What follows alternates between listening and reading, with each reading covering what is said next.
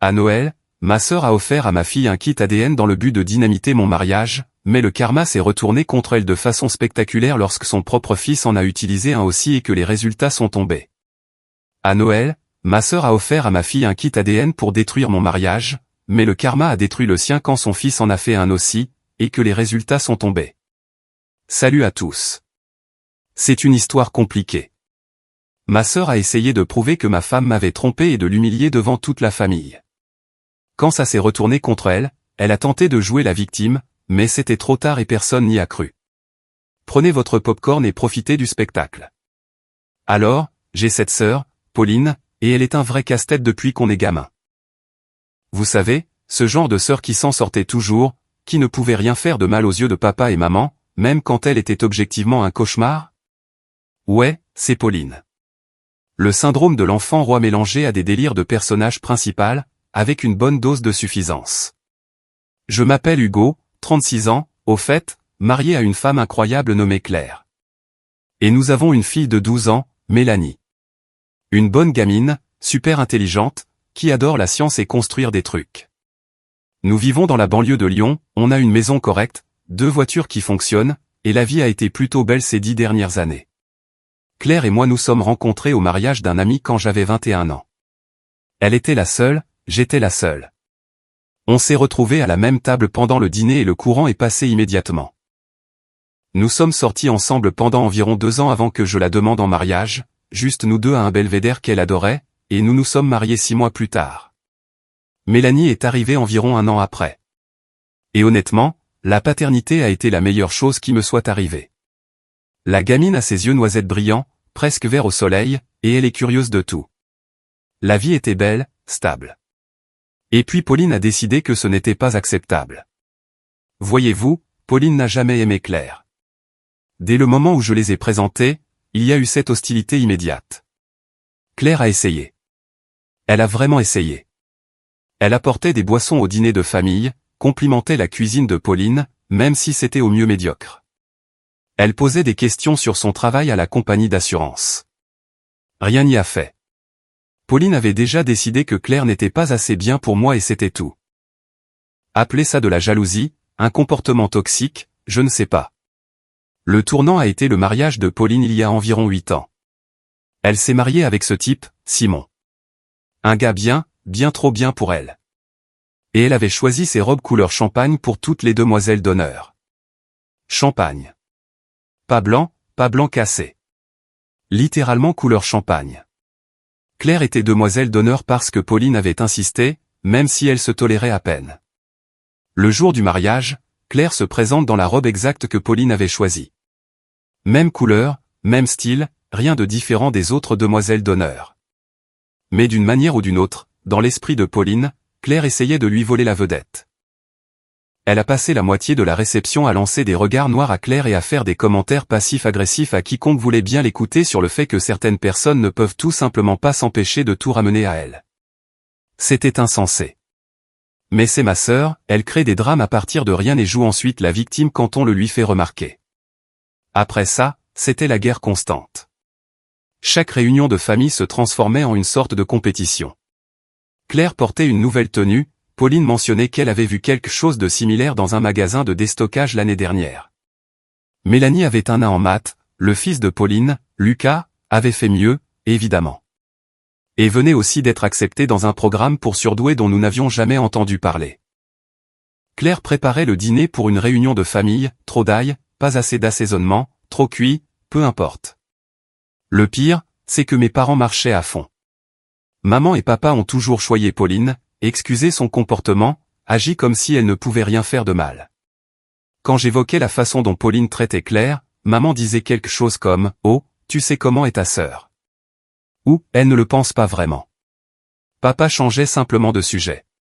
Comme si, en n'en parlant pas, le problème n'existait pas. Des facilitateurs classiques. Mais Claire et moi avons maintenu la paix pour le bien de Mélanie.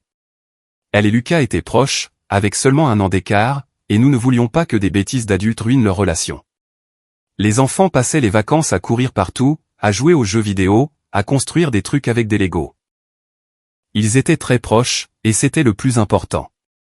Simon a toujours été cool à ce sujet.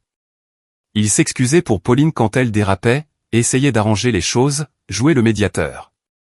Un bon gars. J'avais pitié de lui, honnêtement. Claire gérait ça mieux que moi. Elle se contentait de sourire et d'hocher la tête quand Pauline commençait ses histoires, puis se défoulait auprès de moi plus tard à la maison où Pauline ne pouvait pas entendre. Nous avions cet accord, ne pas répondre, ne pas envenimer les choses. Juste laisser Pauline s'épuiser toute seule. Ça a assez bien fonctionné jusqu'à Noël dernier, quand Pauline a décidé que la guerre subtile ne suffisait plus. Nous étions chez mes parents à Écully pour la traditionnelle réunion de famille. Les cadeaux étaient sous le sapin, les enfants excités par le sucre, les adultes buvant un peu trop de punch et faisant semblant de s'apprécier. Le moment de l'échange de cadeaux est arrivé et Pauline a fait tout un plat en distribuant les présents. Elle avait acheté quelque chose pour tout le monde. Maman a eu une écharpe chic, papa un coffret de dégustation de bières artisanales, Simon une nouvelle montre, Lucas le dernier casque de jeu. Même Mélanie a eu un cadeau de sa part, ce qui était surprenant vu la façon dont Pauline opérait habituellement. Puis elle est arrivée à Claire, lui tendant une petite boîte emballée avec un sourire qui n'atteignait pas ses yeux. Claire l'a ouverte. À l'intérieur se trouvait une carte cadeau de supermarché. 25 €.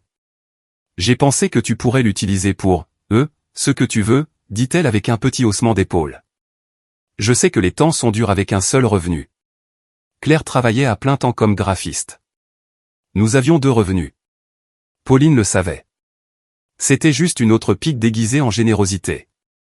Claire a souri. Merci, Pauline. Très attentionnée. Mais j'ai vu la blessure traverser son visage avant qu'elle ne la dissimule, et pour moi, c'en était trop. Puis vint le cadeau de Mélanie de la part de Pauline. Elle lui avait offert un de ses kits ADN d'ascendance, ceux où vous crachez dans un tube, l'envoyez par la poste et découvrez que vous êtes 2% irlandais ou autre. Mélanie a adoré. Elle est passionnée de science, trouve la génétique fascinante, alors elle a ouvert cette boîte comme si c'était le dernier iPhone. Pendant ce temps, j'observe Pauline qui nous regarde, et il y a cette expression sur son visage, suffisante, satisfaite, comme si elle venait de faire un coup aux échecs qu'elle planifiait depuis des mois. Claire l'a remarqué aussi. Nos regards se sont croisés à travers la pièce, et je pouvais voir la même pensée lui traverser l'esprit. Qu'est-ce qu'elle manigance ? Ce soir-là, après que tout le monde soit parti et que Mélanie soit au lit, Claire et moi avons discuté dans notre chambre. Ta sœur prépare quelque chose, a dit Claire, assise sur le bord du lit. Ouais, j'ai eu cette impression aussi, ai-je répondu. Mais quoi ? C'est un test ADN. Quel est le but ? Claire est restée silencieuse une seconde, puis ça a fait tilt. Les yeux de Mélanie ? J'ai froncé les sourcils. Qu'est-ce qu'ils ont ?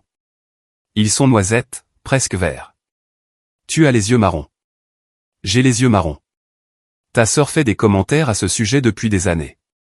Des petites piques sur le fait que la génétique est drôle, qu'on ne sait jamais ce qu'on va obtenir. Hugo, je crois qu'elle essaie d'insinuer que Mélanie n'est pas de toi. Mon estomac s'est noué parce que Claire avait raison. Pauline avait semé des indices pendant des années. Jamais assez direct pour qu'on puisse la confronter, mais assez pour planter des graines de doute. Des commentaires comme « N'est-ce pas étrange comme Mélanie ne te ressemble pas ?» ou « D'où viennent ses yeux ?» Toujours avec ce faux ton innocent. Elle était en fait en train d'insinuer que Claire m'avait trompé, que j'élevais l'enfant d'un autre homme. J'étais furieux, du genre à voir rouge, à vouloir donner un coup de poing dans le mur. Mais je ne suis pas du genre à exploser. Je ne l'ai jamais été. Alors on laisse Mélanie faire le test, ai-je finalement dit. Claire m'a regardé. Tu es sûr ? Certain. Parce que quand les résultats reviendront, montrant que je suis son père, ce qui sera le cas, je vais lui mettre ces résultats sous le nez et la regarder se tortiller. Claire a hoché la tête. D'accord, alors on le fait. Mélanie était de toute façon excitée par le test. Elle a fait le prélèvement sur sa joue le lendemain, l'a scellé, l'a posté. La gamine vérifiait le numéro de suivi tous les jours, comme si elle attendait un colis d'Amazon. Ce que nous n'avions pas prévu, c'est que Lucas s'en mêle. Lucas, âgé de 13 ans et naturellement curieux, a vu Mélanie faire le test ADN et en a voulu un aussi. Il a commencé à harceler Simon et Pauline à ce sujet, parlant de combien ce serait cool de découvrir leurs origines, peut-être de trouver des parents éloignés. Simon a trouvé l'idée amusante, une activité familiale, éducative, rien de grave. C'est là que les choses sont devenues intéressantes. Pauline a en fait essayé de mettre fin à l'idée, a prétexté le coup, le fait que c'était une perte de temps, qu'ils connaissaient déjà leurs origines. Mais Simon avait déjà commandé le kit, et Lucas était super content. 3 semaines plus tard, les résultats de Mélanie sont arrivés. J'étais au travail quand elle m'a envoyé un texto. Tout en majuscules, plusieurs points d'exclamation, la totale. La gamine était surexcitée. Je lui ai dit d'attendre que je rentre pour qu'on les regarde ensemble. Ce soir-là, nous étions tous les 3 assis à la table de la cuisine. La tablette de Mélanie au milieu montrait la répartition de ses origines. Principalement européenne, un peu de Méditerranée, un minuscule pourcentage d'Afrique du Nord que Mélanie trouvait génial. Des trucs standards. Puis la section des parents ADN. En haut de la liste, Hugo Martin. Père, correspondance à 50%. Tu vois. Mélanie m'a souri. Je t'avais dit que j'étais bien la tienne. Je lui ai ébouriffé les cheveux. Je n'en ai jamais douté une seconde, ma puce. Claire a croisé mon regard de l'autre côté de la table et nous avons partagé ce moment de victoire silencieuse. Les résultats confirmaient exactement ce que nous savions déjà et maintenant nous avions la preuve. J'ai envoyé à Pauline une capture d'écran des résultats avec un seul message, on dirait que Mélanie est bien ma fille. Étrange comment la génétique fonctionne, hein. Elle n'a pas répondu. Silence radio, ce qui me convenait. Laisse-la mariner. Mais 3 jours plus tard, Simon m'a appelé. Sa voix tremblait. Il a lâché une bombe que personne n'avait vu venir. Hugo, il faut que je te parle en personne. Je peux passer ? 20 minutes plus tard, il était assis dans mon salon, l'air d'un mort-vivant. Son visage était pâle, ses yeux injectés de sang, ses mains tremblaient. Claire lui a apporté de l'eau. Il n'y a pas touché. Les résultats de Lucas sont revenus, dit-il doucement. J'ai attendu. Quelque chose dans son ton me disait que ce n'allait pas être une bonne nouvelle. Je ne suis pas son père. La pièce est devenue complètement silencieuse. La main de Claire s'est portée à sa bouche. Je fixais juste Simon, essayant de comprendre ce qu'il venait de dire. Comment ça, tu n'es pas son père ? Ai-je demandé. Il a sorti son téléphone, a ouvert les résultats ADN et l'a fait glisser sur la table basse. Je l'ai pris, j'ai lu. Les parents ADN de Lucas étaient listés. Quelques cousins éloignés, quelques liens au 4e et 5e degré. Pas de Simon. Ni en tant que père, ni en tant que quoi que ce soit. Mais il y avait une correspondance pour un demi-frère ou une demi-sœur. La petite sœur de Lucas, Léa, 7 ans. J'ai aussi testé Léa, a dit Simon, la voix brisée. Elle n'est pas de moi non plus. Je me suis rassied sur le canapé, comme si j'avais reçu un coup de poing. Ce n'était pas une seule liaison, une seule erreur. C'était des années de mensonges. Des années où Pauline avait laissé Simon élever des enfants qui n'étaient pas les siens. Sans jamais dire un mot, sans jamais prévoir de le faire. Est-ce que Pauline le sait, a demandé Claire. Simon a ri amèrement. Oh, elle le sait. Je l'ai confrontée hier soir. Elle a d'abord essayé de nier, a dit que le test devait être faux, que ces choses ne sont pas toujours précises. Mais j'ai insisté et elle a finalement admis. Elle a dit qu'elle avait une liaison avec un gars du travail. Que c'était arrivé pendant une période difficile de notre mariage. Il m'a regardé.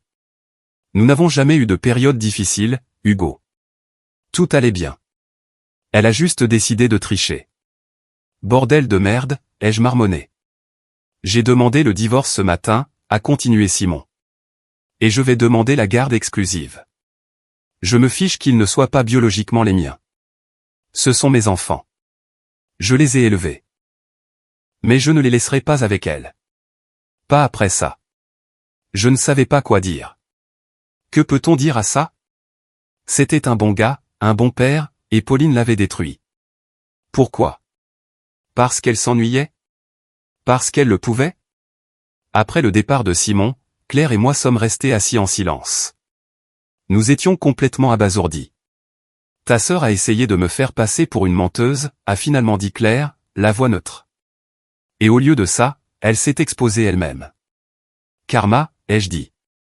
Le karma est une garce. Mais la satisfaction que j'ai ressentie a été de courte durée, car les vraies victimes ici étaient Lucas et Léa, 2 enfants qui n'avaient rien demandé de tout ça, qui étaient sur le point de voir leur famille imploser. La nouvelle s'est répandue rapidement dans la famille. Mes parents l'ont appris par Pauline, qui les aurait appelés en pleurant pour dire que Simon exagérait et était cruel. Maman m'a appelé plus tard ce jour-là, voulant que je persuade Simon de renoncer au divorce et à la bataille pour la garde. J'ai immédiatement mis fin à cette conversation. Je lui ai dit que Pauline avait mérité chaque conséquence qui lui tombait dessus. Elle n'a pas aimé cette réponse. Papa non plus quand il a essayé la même approche quelques jours plus tard. Il n'allait jamais tenir Pauline pour responsable de quoi que ce soit. Claire a vu l'expression sur mon visage. Ta mère? Yep. Elle veut que je soutienne Pauline. Que je dise à Simon de laisser tomber. Et tu vas le faire? Hors de question. J'ai regardé Claire. Simon est un type bien. Il a été un bon père pour ses enfants. S'il veut se battre pour la garde, je le soutiens. Pas Pauline. En une semaine, toute la famille était au courant. Les plans pour le dîner de Noël approchaient. Et soudain, tout le monde avait un avis. Certains prenaient le parti de Simon. D'autres, principalement mes parents et quelques amis de Pauline, prenaient son parti, affirmant que Simon était vindicatif et cruel. Pauline a commencé à m'appeler, à m'envoyer des textos constamment, des messages vocaux qui passaient de la supplication à l'accusation de l'abandonner. J'ai ignoré la plupart d'entre eux, mais un soir, elle s'est présentée chez nous sans prévenir. Claire a ouvert la porte. J'entendais déjà la voix de Pauline monter dans les tours depuis le salon.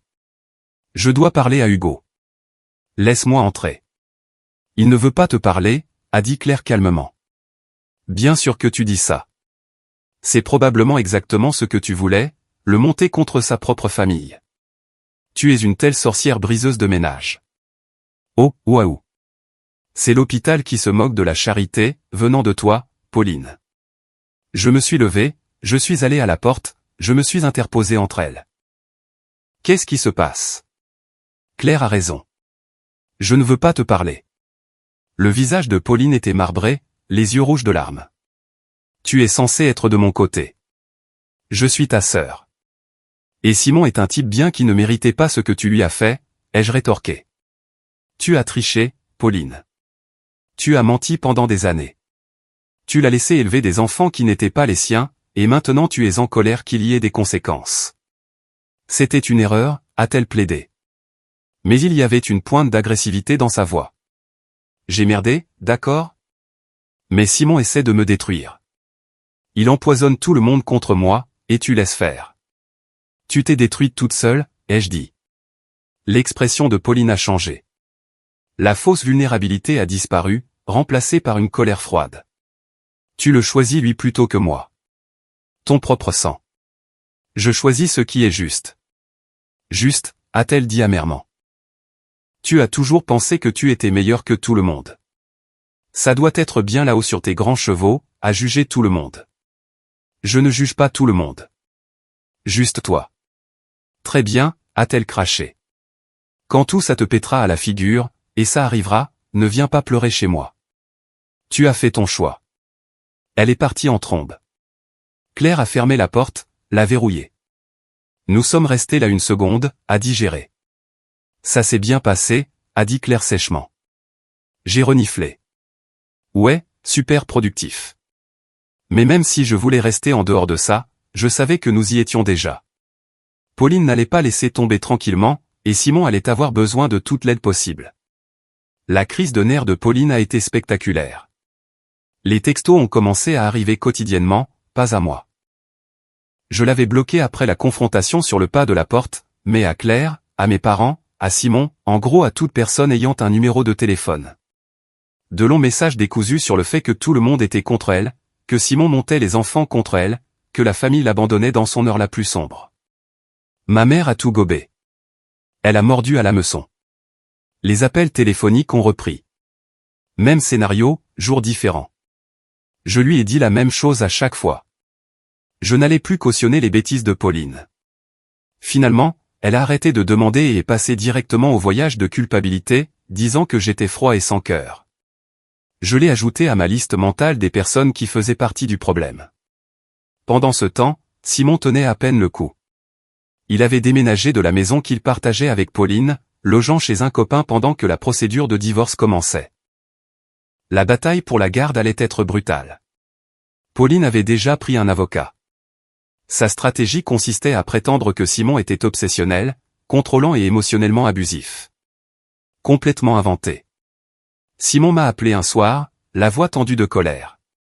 Elle dit aux gens que j'étais abusif, que je l'isolais de ses amis, que je contrôlais les finances, toutes ces salades qui ne sont jamais arrivées. Et les gens la croient. Qui diable la croit, ai-je demandé. Tes parents, pour commencer. Quelques-uns de ses amis, des gens de l'église. Elle les a tous convaincus que je suis un monstre qui essaie de la punir pour une erreur. Ne t'inquiète pas pour eux, ai-je dit. Concentre-toi sur le dossier de garde. Rassemble tes preuves, textos, emails, tout ce qui montre ce qui s'est réellement passé. Laisse ton avocat gérer le reste. J'essaie, a dit Simon. Mais elle rend les choses tellement plus difficiles qu'elles ne devraient l'être. Elle ne me laisse pas voir les enfants sans surveillance. Elle prétend que je suis un danger pour eux. Lucas pose des questions, et je ne sais pas quoi lui dire.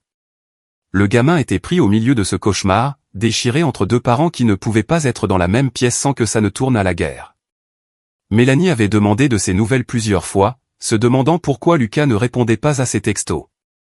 J'avais donné à Mélanie la version édulcorée. Les parents de Lucas traversaient un divorce. Les choses étaient compliquées. Mais je savais qu'elle finirait par vouloir toute l'histoire. C'est là que j'ai décidé qu'il était temps d'arrêter de jouer en défense et de commencer à jouer en attaque. Voyez-vous, le truc avec les gens comme Pauline, c'est qu'elle pensait pouvoir contrôler l'histoire, manipuler la famille, jouer la victime, et que tout le monde se rangerait de son côté. Elle avait oublié que je ne suis pas du genre à me laisser faire. J'ai commencé à rassembler des informations, des textos de Pauline au fil des ans, les commentaires passifs-agressifs, les remarques désobligeantes sur Claire, les accusations à peine voilées sur la paternité de Mélanie. J'ai pris des captures d'écran, je les ai compilées dans un dossier. Claire a fait de même, ajoutant sa propre collection de messages et de mets. Puis j'ai contacté l'avocate de Simon, j'ai proposé d'être un témoin de moralité, de témoigner sur le comportement de Pauline, de fournir des documents sur son schéma de manipulation et de mensonge. L'avocate était ravie. Le témoignage familial a du poids dans les affaires de garde, et avoir le propre frère de Pauline qui témoigne contre elle serait accablant. Mais je voulais faire plus. Témoigner était une chose, mais je voulais quelque chose qui frapperait vraiment Pauline là où ça fait mal. C'est là que je me suis souvenu de la fiducie familiale. Pour la petite histoire, mes grands-parents du côté de mon père ont créé une fiducie il y a des années pour leurs petits-enfants. Pas une fortune, mais assez pour être significatif. Peut-être 50 000 € par petit enfant, à distribuer quand nous atteindrions 40 ans. Je devais recevoir ma part dans 4 ans. Pauline aurait la sienne dans 2. Mais voici le hic. La fiducie avait une clause de moralité. Si un bénéficiaire se livrait à un comportement jugé moralement répréhensible par le fiduciaire, en l'occurrence mon père, il pouvait être entièrement retiré de la fiducie et sa part serait redistribuée aux bénéficiaires restants. Mes grands-parents étaient de la vieille école, très catholiques, très stricts sur les valeurs familiales. L'infidélité, ça aurait été un motif de rupture pour eux, et le langage de la fiducie était clair. L'adultère était qualifié de motif de retrait. J'ai sorti les documents de la fiducie, je les ai lus attentivement, puis je les ai fait vérifier par notre avocat de famille pour confirmer mon interprétation. Il était d'accord. La clause de moralité était explicite. L'adultère était spécifiquement listé comme une conduite disqualifiante, et en tant que fiduciaire, papa avait l'obligation de l'appliquer. Armé de cet avis juridique, j'ai appelé mon père. « Salut papa, on doit parler de la fiducie familiale. » Il y a eu une pause. « Qu'est-ce qu'il y a ? » Spécifiquement la clause de moralité. « Tu es au courant que Pauline a commis un adultère, n'est-ce pas ? » Une autre pause, plus longue cette fois. « Hugo, je ne pense pas que... » Papa, je ne te demande pas ton avis. Je t'informe que selon les termes que mamie et papy ont explicitement définis, les actions de Pauline la disqualifient pour recevoir sa part. En tant que fiduciaire, tu es obligé d'appliquer cette clause. J'ai fait vérifier par notre avocat de famille. C'est blindé. Ce n'est pas le moment. C'est exactement le moment. Pauline a enfreint les règles. Il y a des conséquences. Tu les appliques ou je le ferai. Papa a bafouillé. Tu ne peux pas faire ça. En fait, si. Et crois-moi, je le ferai. Silence. Je pouvais presque entendre les rouages tourner dans sa tête. Papa était allergique au conflit. Il l'avait toujours été. L'idée d'aller au tribunal le terrifiait plus que de décevoir Pauline. D'accord, dit-il finalement. Je vais revoir les documents. Fais ça. Et papa, si tu essaies d'enterrer ça ou de prétendre que ça ne s'applique pas, je le saurai et je rendrai l'affaire très publique. J'ai raccroché. Claire regardait depuis le canapé, les sourcils levés. Tu viens de menacer ton père? Je lui ai rappelé la réalité des choses, ai-je corrigé. Il y a une différence. Elle a souri. C'était plutôt sexy. Content que ça te plaise. Parce que Pauline est sur le point de péter un plomb.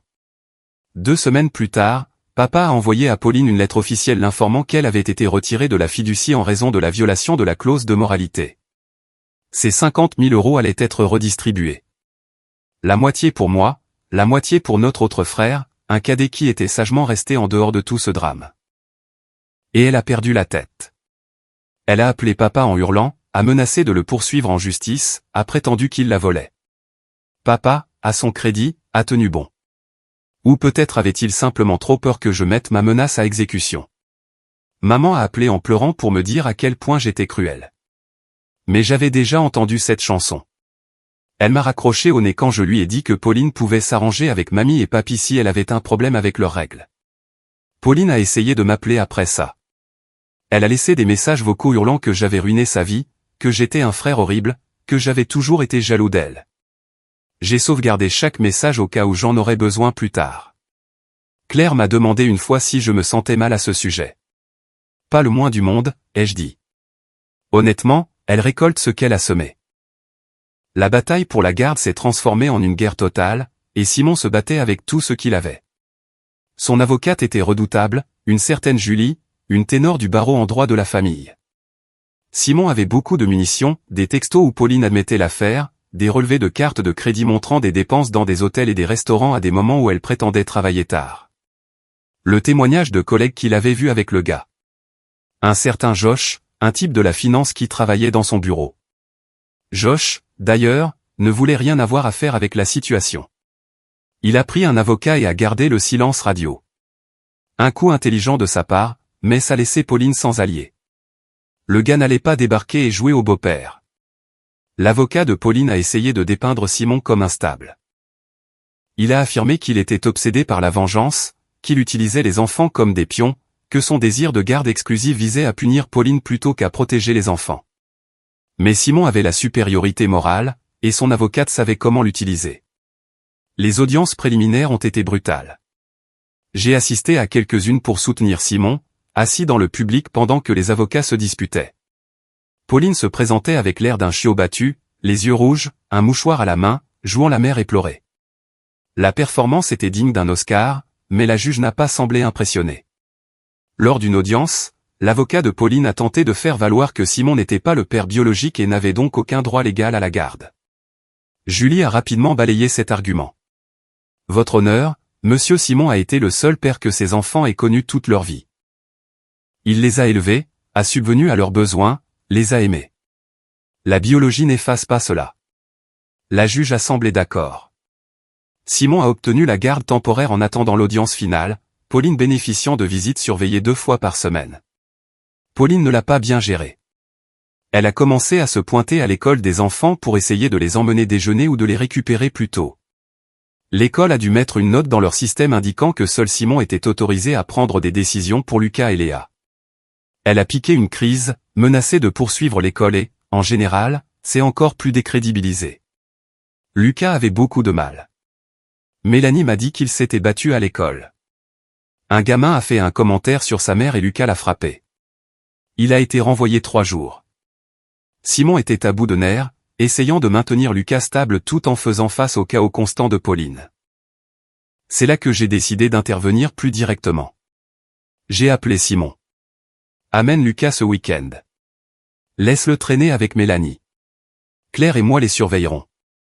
Tu es sûr, a demandé Simon. Certain. Le gamin a besoin de normalité. Mélanie aussi. Laisse-les être des enfants pendant quelques heures. Ce samedi-là, Simon a déposé Lucas chez nous. Le gamin avait l'air mal en point, mais quand Mélanie a suggéré de jouer à des jeux vidéo, son visage s'est un peu illuminé. Pendant que les enfants étaient à l'étage, Simon, Claire et moi étions assis dans le salon.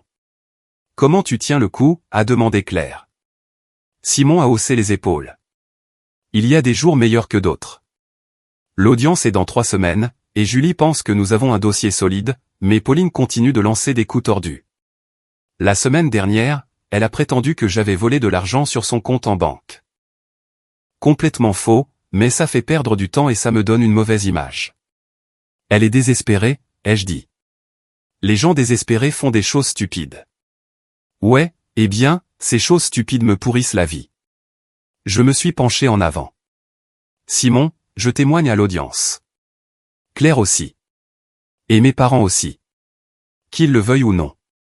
Il a cligné des yeux. Tes parents? Ils sont assignés à comparaître. Julie les appelle comme témoins. Soit ils diront la vérité sur le comportement de Pauline, soit ils se parjureront. Dans les 2 cas, ça joue en ta faveur. Il a eu les larmes aux yeux. Hugo, je ne sais pas ce que je ferais sans vous. Tu te débrouillerais, mais tu n'as pas à le faire. On te soutient. La date de l'audience approchait et je me suis préparé pour mon témoignage avec Julie. Elle a posé des questions directes. Je n'ai rien retenu. Je lui ai parlé de l'incident du mariage, des années de commentaires passifs-agressifs envers Claire, du coup du test ADN destiné à insinuer que Claire avait triché, du cadeau de Noël insultant. Claire s'est préparée aussi. Elle avait ses propres histoires. À nous deux, nous avions plus qu'assez pour brosser un tableau clair de qui était vraiment ma sœur. Mes parents, en revanche, étaient furieux d'être assignés à comparaître. Maman m'a appelé en larmes. Comment as-tu pu faire ça? Nous allons devoir témoigner contre notre propre fille. Vous allez devoir dire la vérité, ai-je corrigé. C'est ta sœur et c'est une menteuse. Je ne vais pas faire semblant du contraire pour ménager ses sentiments. Papa a essayé une approche différente, m'a appelé, a tenté de me raisonner, a suggéré que nous réglions les choses en famille au lieu de tout déballer au tribunal. Trop tard pour ça, ai-je dit. L'audience était fixée à un mardi matin. Simon, Julie, Claire et moi sommes arrivés en avance. Pauline est arrivée avec son avocat, l'air soigné mais pâle. Ses yeux se sont posés sur moi, et la haine dans son regard était presque physique. La salle d'audience était plus petite que ce à quoi je m'attendais. Des lambris en bois, des néons, une légère odeur de vieux café et de stress. La juge avait l'air de ne pas s'intéresser au théâtre. L'avocate de Simon, Julie, a commencé fort, à exposer les faits. La liaison de Pauline, les années de mensonges, les tests ADN qui ont révélé que Lucas et Léa n'étaient pas les enfants biologiques de Simon. Elle a présenté des documents, des textos, des emails, des relevés de cartes de crédit montrant des frais d'hôtel à des moments où Pauline prétendait être à des conférences de travail. L'avocat de Pauline a essayé de présenter ça comme une affaire privée entre époux. Julie a détruit cet argument en environ 30 secondes. Votre honneur, il ne s'agit pas de punir Madame Pauline pour son infidélité. Il s'agit de démontrer un schéma de tromperie et de manipulation qui a un impact direct sur sa capacité à fournir un environnement stable à ses enfants. La juge a écouté, a pris des notes et a appelé le premier témoin. Simon est monté à la barre. Il était calme, posé, a répondu aux questions sur sa relation avec Lucas et Léa, comment il les avait élevés depuis leur naissance, comment il avait été le principal parent s'occupant d'eux pendant que Pauline se concentrait sur sa carrière. Ce sont mes enfants, a dit Simon. La biologie ne change rien à ça. Je suis leur père depuis 13 et 7 ans. Je ne vais pas les abandonner maintenant. Ensuite, c'était au tour de Pauline elle-même. Elle est montée à la barre, l'air d'être la parfaite victime. Son avocat lui a posé des questions faciles sur son amour pour les enfants, son engagement à être une bonne mère, son regret concernant l'affaire. J'ai fait une terrible erreur, a dit Pauline, la voix tremblante. Mais je n'ai jamais cessé d'aimer mes enfants. Le contre-interrogatoire de Julie a été chirurgical. Votre liaison a duré combien de temps? Pauline a hésité. Quelques années. Donc, pas une erreur d'un soir, mais un schéma d'infidélité soutenu sur plusieurs années. Correct? Oui. Mais. Et pendant ces années, vous avez laissé votre mari croire que les enfants étaient les siens. Oui. Avez-vous déjà envisagé de lui dire la vérité? Longue pause. Je ne voulais pas le blesser.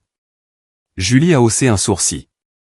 Alors, à la place, vous l'avez laissé élever des enfants qu'il croyait être les siens.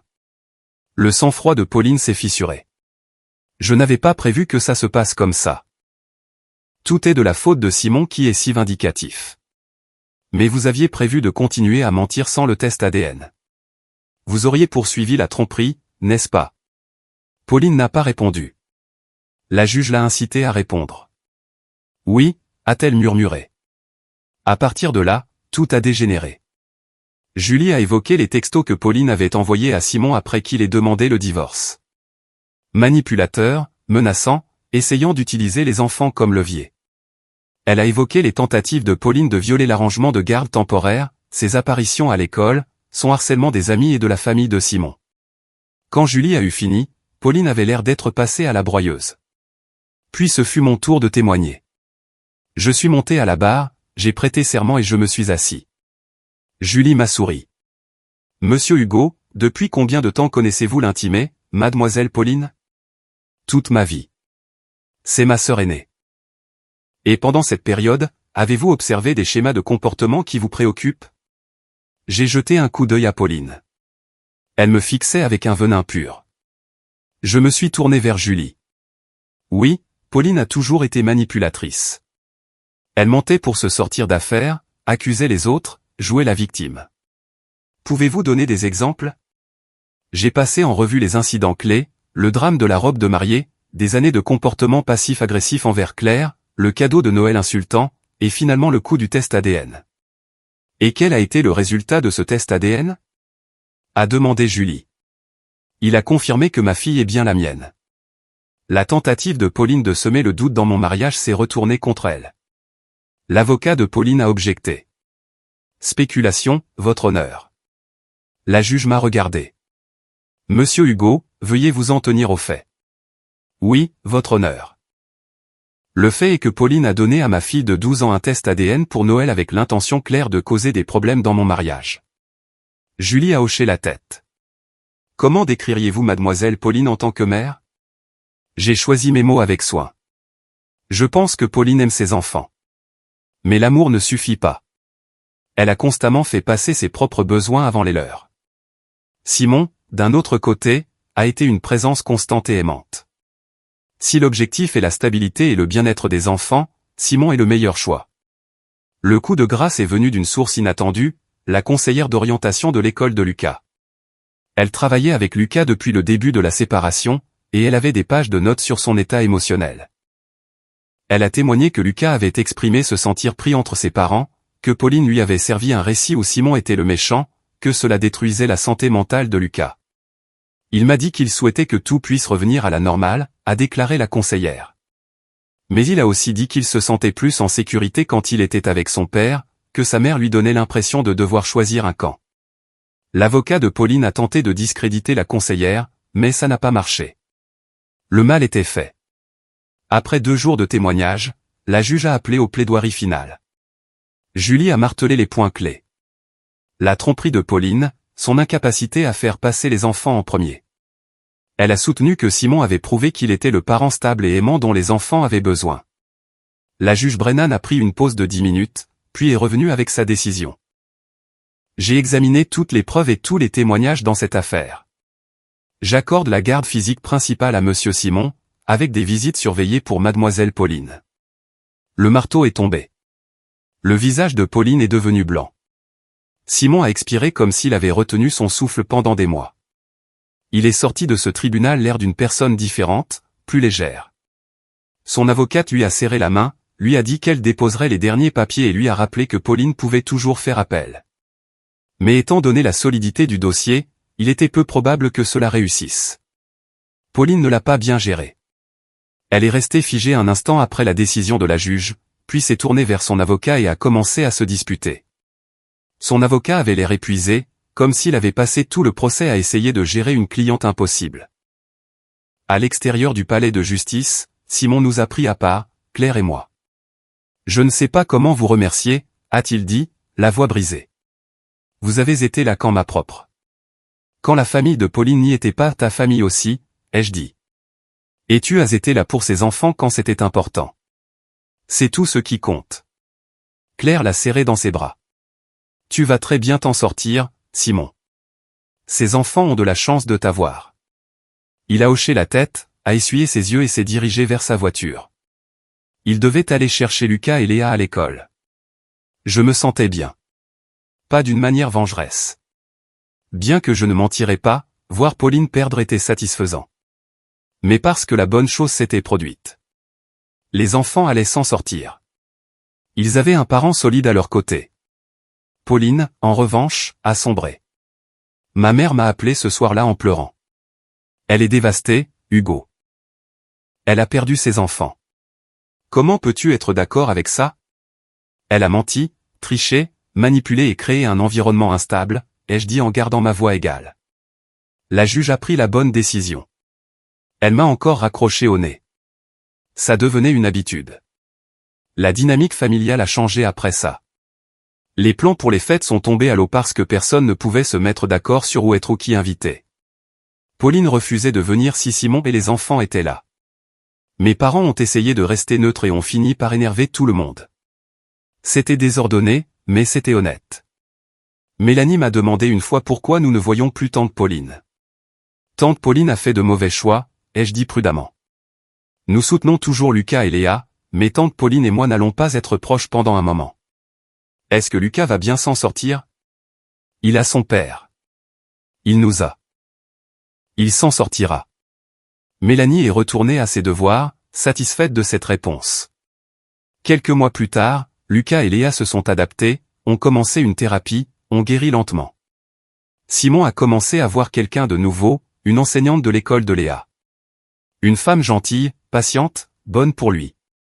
Pauline a eu ses visites surveillées, 2 heures un samedi sur 2 dans un centre de ressources familiales. D'après ce que j'ai entendu dire, les visites étaient gênantes. Elle passait la plupart du temps à essayer de convaincre les enfants que Simon les avait montés contre elle, que le système judiciaire était injuste, qu'elle était la vraie victime. Les enfants ont cessé de participer, de s'ouvrir, et finalement les visites sont devenues quelque chose qu'ils subissaient plutôt qu'appréciaient. Le thérapeute désigné par le tribunal a noté tout cela. Il a recommandé que Pauline suive sa propre thérapie pour régler ses problèmes avant que le calendrier des visites ne soit réévalué. Elle a refusé. A dit qu'elle n'avait pas besoin de thérapie, que tout le monde était le problème. Choquant. Quant à l'argent de la fiducie familiale, j'ai reçu la notification que la part de Pauline avait été officiellement redistribuée. La moitié est allée à moi, la moitié à notre jeune frère. Je n'avais pas besoin de l'argent. Claire et moi nous en sortions bien, mais je n'allais pas non plus le refuser. Nous l'avons mis dans le fonds d'études de Mélanie. Ça semblait approprié. Pauline l'a découvert et m'a envoyé un dernier texto, débloqué juste assez longtemps pour faire passer le message. J'espère que tu es heureux. Tu as détruit ma vie. Je l'ai regardé une seconde, puis j'ai répondu, tu l'as bien cherché, ma sœur. Je l'ai bloqué à nouveau. Je n'ai plus eu de nouvelles d'elle depuis. Le Noël suivant s'est passé chez nous. Simon a amené les enfants. Mon jeune frère est venu avec sa femme et ses enfants. Quelques cousins qui étaient restés neutres pendant toute l'affaire sont passés. Mes parents n'ont pas assisté. Ils avaient choisi de passer les fêtes avec Pauline, ce qui me convenait. Moins de tension, plus de tarte. La maison était paisible. La vie est drôle comme ça. Vous essayez de détruire quelqu'un d'autre, mais parfois le karma en décide autrement. Pauline a appris cette leçon à la dure.